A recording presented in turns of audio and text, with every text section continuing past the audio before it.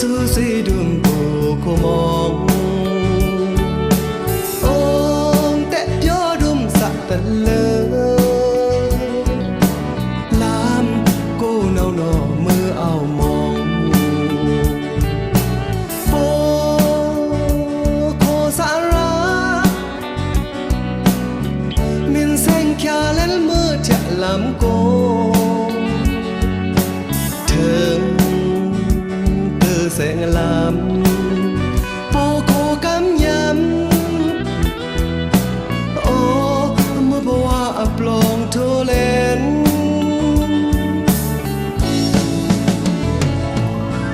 mơ lên dập sáng này yo thoa mơ bên uy yên thô lên y đỏ ngao lệ đỏ đá đùm mong mẹ chỉ ri làng xứ xứ bố khô than lô khám mơ lùi ôm ở mái xa yam khám xa bao mong chu tông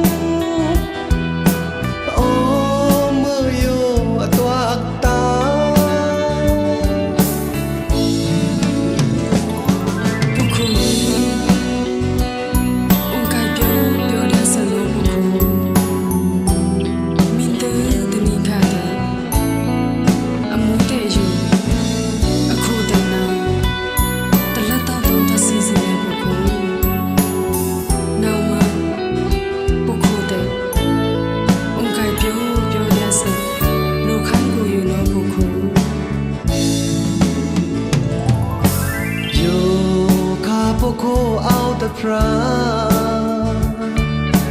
ý lối ôm nghi bà bà mai lối mai tê thì bà dia bà mơ mơ lên nhập xã nga này yo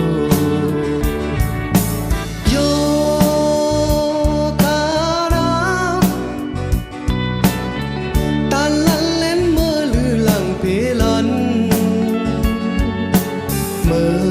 kê chư tàn